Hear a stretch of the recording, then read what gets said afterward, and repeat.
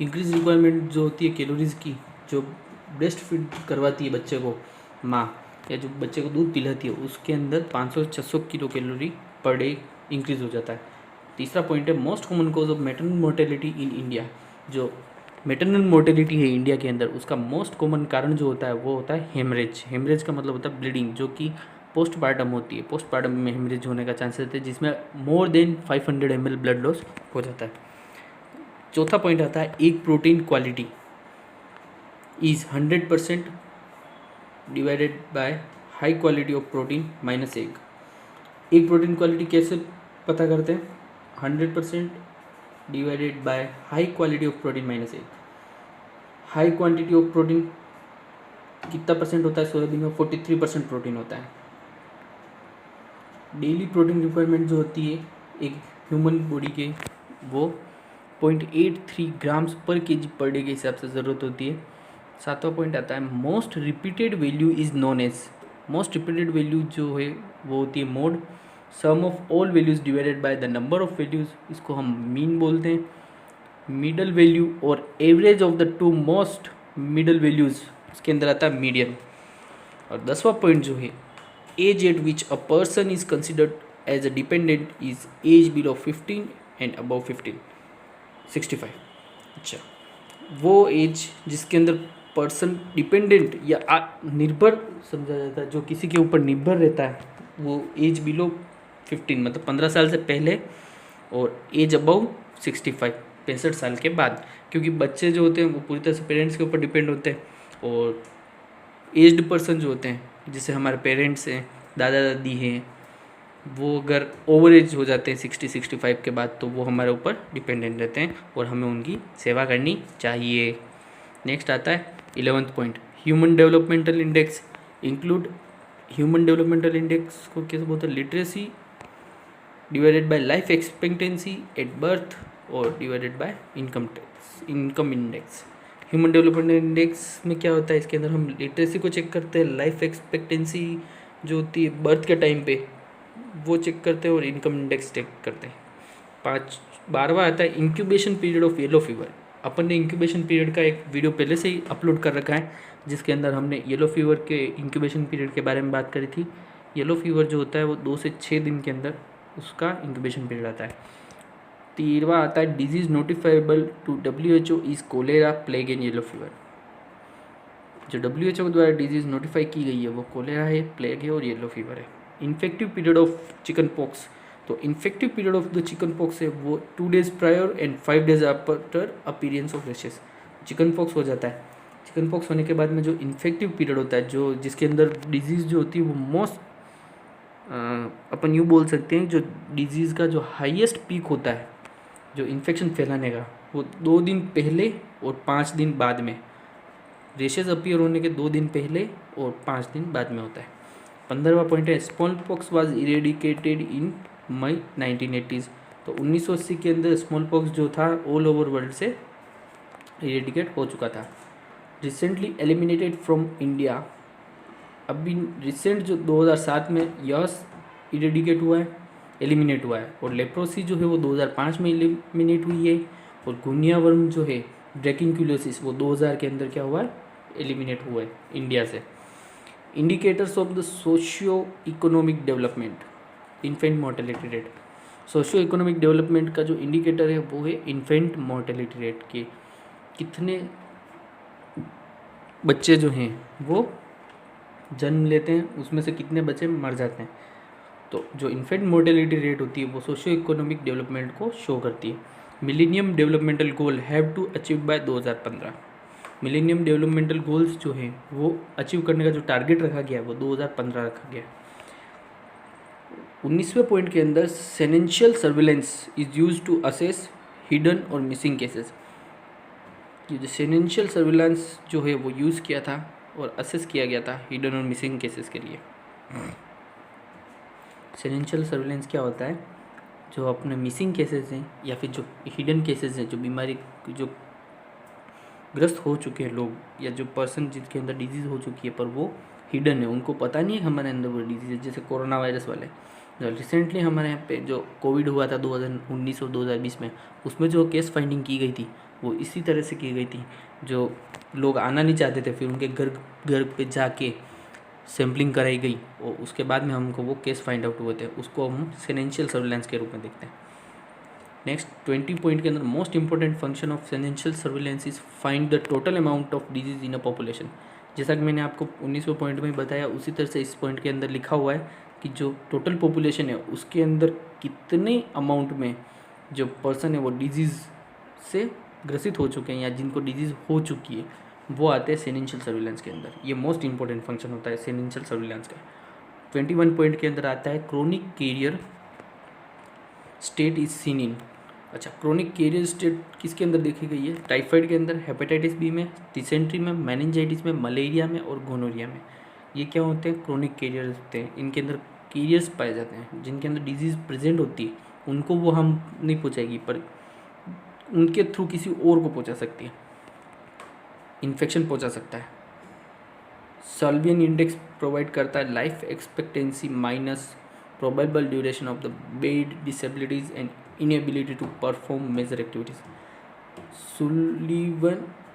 Sullivan index क्या provide करता है? लाइफ एक्सपेक्टेंसी में से माइनस करते हैं probable duration of bed disabilities and inability to perform major activities. 23 point के अंदर severity of the disease best assessed by case fertility rate. Surveillance index is the measure of disability rate.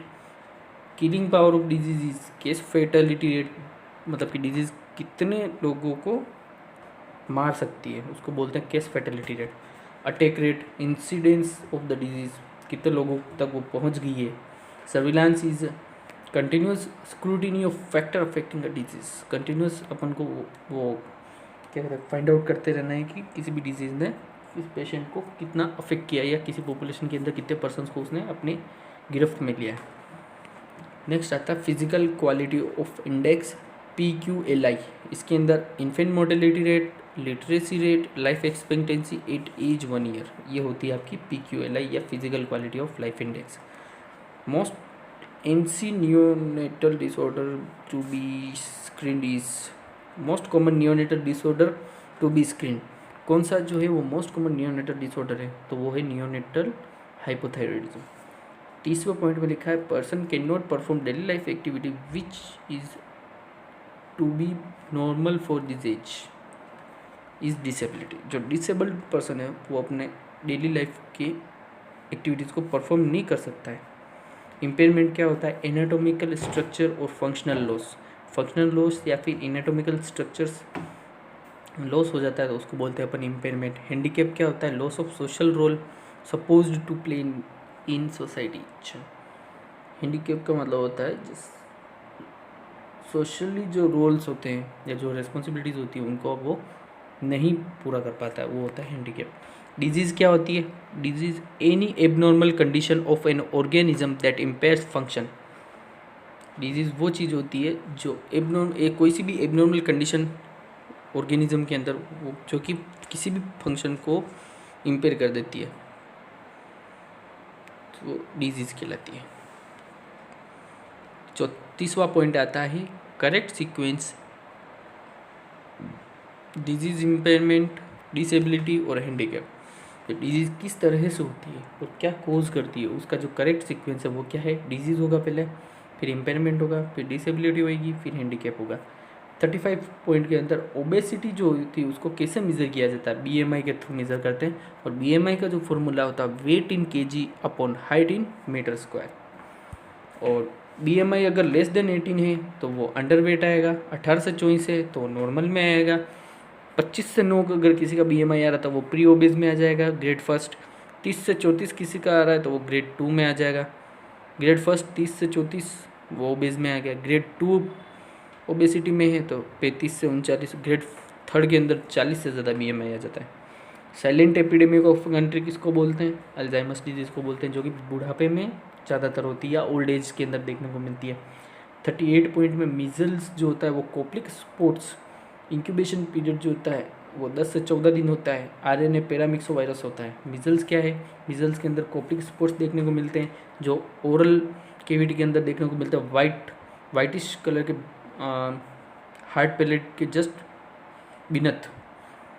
उसके बाद में incubation period जो होता है measles का वो 10 से 14 दिन होता है। आरएनए पैरामिक्सो वायरस है।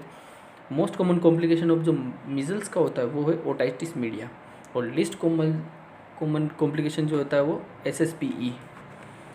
इंक्यूबेशन पीरियड ऑफ मिजल जो वो आपको बता दिया गया है 10 से 14 दिन। 41 में respiratory dust responsible for the pneumoconiosis has a size limit of less than 5 micron. Less than 5 micron size के रेस्पिरेबल डस्ट अगर लंग्स में पहुंच जाते हैं तो वो कोज करते हैं न्यूमोकोनोसिस। न्यूमोकोनोसिस जो होता है वो occupational lung disease inhalation of dust particle less than 5 micron causing the fibrosis of the lung tissues.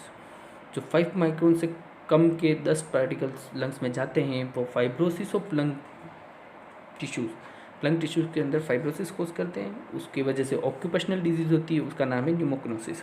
Most commonly न्यूमोकोनोसिस in India जो होता है वो है सिलिकोसिस। सबसे ज़्यादा सिलिकोसिस देखने को मिलता है। Most common lung cancer in pneumoconiosis is asbestosis. और mid day meal should provide करती है 1/3 कैलोरी और हाफ ऑफ प्रोटीन्स। जितना प्रोटीन की रिक्वायरमेंट है या जितनी कैलोरी की रिक्वायरमेंट होती है बच्चे को, उसका 1/3 कैलोरी जो मिड डे मील में प्रोवाइड कराई जाती है, और उसका जो 0.5% ऑफ प्रोटीन जो होता है 1.5 ओनली हाफ प्रोटीन जो होता है वो प्रोवाइड करवाया जाता है इसमें मिड डे मील में। Which of the following doesn't multiply but complete its developmental cycle in the host is microfilariae. Multiply but complete its developmental cycle in the microfilaria. अच्छा, 47 के अंदर अपने को देखने को मिल रहा है amplifier host of Japanese encephalitis is pigs. Host of chikungunya का जो होस्ट है वो है men. Exclusive breast feeding recommended in India up to 6 month. India के अंदर 6 महीने तक ब्रेस्ट फीडिंग करवाना है, एक्सक्लूसिव ब्रेस्ट फीडिंग करवाना है, ये रिकमेंडेड किया गया है। 50 पॉइंट के अंदर लिखा हुआ disinfecting action of chlorine on water is mainly due to hydrochlorosis. डिससेड की वजह से हम डिसइंफेक्टिंग एक्शन देखने को मिलता है। क्लोरीन का डिसइंफेक्टिंग एक्शन वाटर के लिए हाइड्रोक्लोरस एसिड की वजह से देखने को मिलता है, जिससे हम वाटर को प्योरीफाई करते हैं। Disease occurring before the age of 65 years. Presenile disease occur होती है, उसको प्रीसेनाइल डिजीज बोलते हैं। Sensitivity is measured by, sensitivity जो है वो ट्रू पॉजिटिव, और specificity is measured by true negative. बाकी के पॉइंट हम कल के वीडियो में देखेंगे। आज के लिए इतना ही।